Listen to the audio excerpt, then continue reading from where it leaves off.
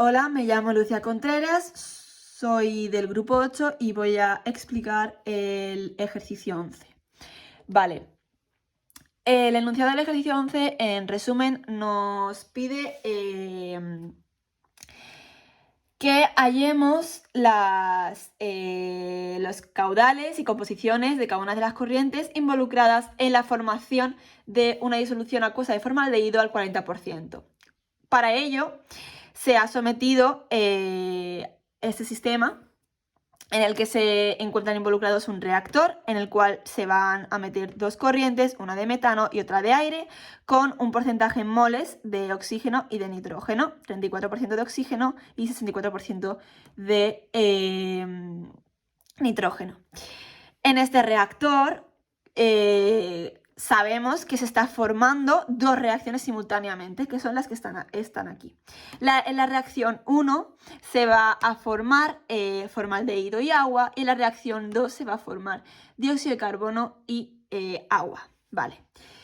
Entonces, sabemos con esto que va a ser un sistema, es un sistema continuo, porque hay entradas y hay salidas, pero además es un sistema químico, porque se produce una generación.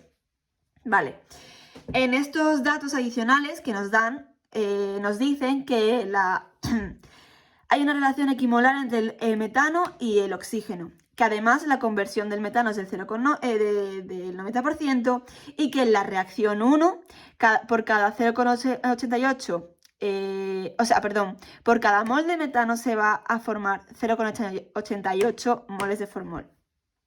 ¿Esto qué quiere decir? Quiere decir que 0,88 moles,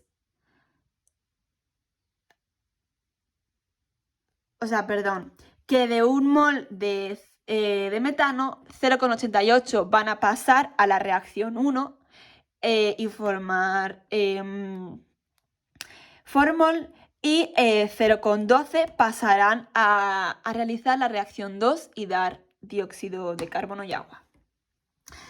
Vale, dicho esto, vamos a proceder a solucionar el problema. Entonces, como sabemos que también el enunciado nos da que la corriente 1 es del 20,2 kilogramos hora, y como sabemos que en la corriente 1 solo hay metano, sabemos que la corriente de metano es esta. De manera que, con esta relación que nos dan equimolar, si pasamos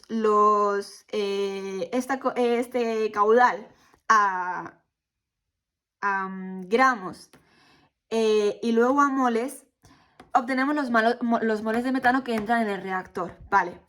Por lo tanto, esos moles serán igual a los moles que entran de oxígeno. De manera que al pasarlo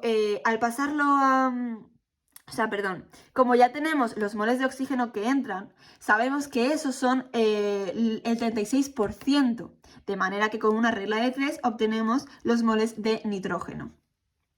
Vale, una vez tenemos los moles de ambos, de oxígeno y nitrógeno, los vamos a pasar a gramos, multiplicando por el peso molar de cada reactivo.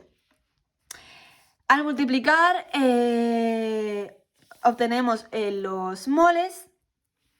Y si sumamos, obtenemos los gramos totales que entran por esa corriente 2. Y con ello podemos obtener las fracciones en peso de ambos reactivos, ¿vale? Y obviamente el caudal, porque si sabemos que son los dos únicos reactivos que entran por ese caudal y que además tenemos los gramos que entran, si los pasamos a kilogramos tendremos el caudal másico, ¿vale? Como hemos dicho antes, este sistema es un proceso químico y por lo tanto se producen generaciones. De manera que, como uno de los datos adicionales que nos dan es la conversión del metano, y sabemos que la generación del metano se va a poder obtener con la conversión por el caudal másico. Como tenemos ambos datos, podemos obtener la generación en kilogramos hora. A partir de la generación del metano, podemos obtener las distintas generaciones que se producen en ese sistema, como la del formaldehído, dióxido de carbono, agua y oxígeno. Vale. con la fórmula que dice que es la generación de formaldehído es igual a la generación del metano por 1 partido el peso molecular del metano por la relación estequiométrica que hay entre ambos. Y como hemos dicho antes, que se forman 0,88 gramos de formaldehído por gramos de... o sea, moles de formaldehído por moles de metano. Esa va a ser la relación estequiométrica por el peso molecular del formaldehído. Y nos da este dato, que es la generación del formaldehído. Lo mismo sucede con el dióxido de carbono, pero esta vez lo que cambia son los pesos moleculares del carbono, el peso molecular del carbono y además la relación estequiométrica, porque ya no es 0,88, sino que es 0,12. Porque hemos dicho antes que 0,12 de un mol de metano, 0,12 irán a la reacción 2, que es la que se forma dióxido de carbono, y 0,88 a la reacción 1, que es la que se forma formaldehído. Entonces, lo mismo pasa con el agua, pero tenemos que tener en cuenta que en ambas reacciones se forma agua. Por lo tanto, hay que averiguar la generación en ambas reacciones y luego sumarlas. También tenemos que tener en cuenta que no en las dos reacciones se encuentra la misma estequiometría, porque en la primera, como bien hemos dicho, si se forma 1 a 1 y son 0,88 los que se forman de formaldehído, pues 0,12 se formarán de agua. Mientras que en la segunda reacción vemos que es de 1 a 2, por lo tanto se multiplica por 2. Y el oxígeno lo mismo, pero con en la 1 multiplicando por 0,88, porque la relación estequiométrica, como bien hemos dicho, es 0,88, porque 0,88 vendrán a esta reacción y 0,12 a esta, pero multiplicando por 2 porque la relación es 1,2. Y lo que hacemos aquí y obtenemos entonces los datos de generación, teniendo en cuenta que la generación del metano como la del oxígeno es negativa porque son sustratos y no productos, mientras que la del formaldehído, dióxido de carbono y agua, al ser productos, será positiva. Entonces, teniendo todos estos datos, vamos a proceder a realizar los balances de materia. Hemos escogido unas ecuaciones específicas porque al tener varias incógnitas necesitamos tener varias ecuaciones. De manera que voy a poner esto así para ver el esquema. Hemos empezado con el balance de materia en el reactor del metano, sabiendo que como se produce generación, va a ser la entrada menos la salida más la generación. La entrada sabemos que entra por la corriente 1 y que va a salir por la corriente 3. Luego, otra ecuación que podemos plantear es la del balance de materia del dióxido de carbono en el reactor, donde sabemos que no hay entrada, por lo tanto la salida y la generación se igualan, sacando esta ecuación. Otro de los balances de materia que podemos obtener son el balance de materia del agua en la columna, que sabemos que el agua se va a meter por varias corrientes. Por la 3, del agua que se ha generado en la reacción, por la 4, del agua que estamos introduciendo en el sistema y a su vez por la 8, del agua que está circulando por el evaporador, condensador y vuelve a entrar en la columna. Entonces, si nos fijamos aquí, esta ecuación la hemos igualado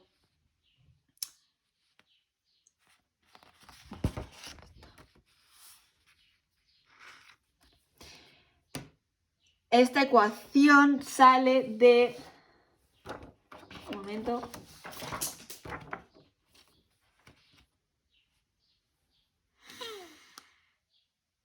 De hacer el balance de materia en el reactor del agua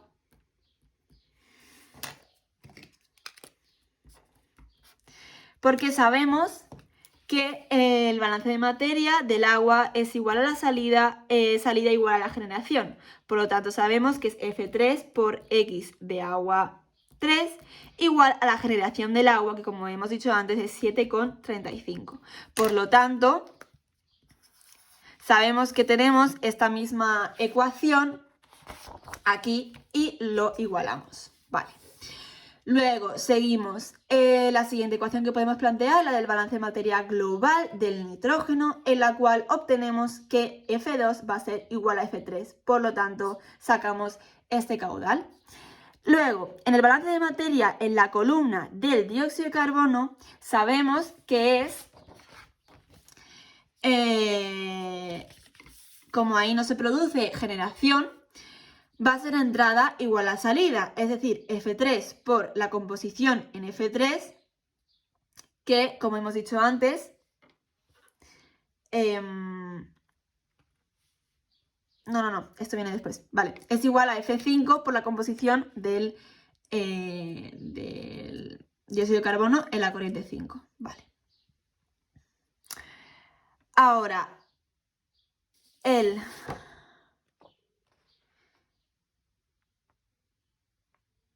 el balance de materia del reactor, vemos aquí que obtenemos esta otra ecuación que la podemos igualar al balance de materia en la columna del dióxido de carbono. Entonces, lo que podemos obtener, también sabiendo que es F5, que lo hemos averiguado antes aquí, obtenemos la composición de dióxido de carbono en la corriente 5.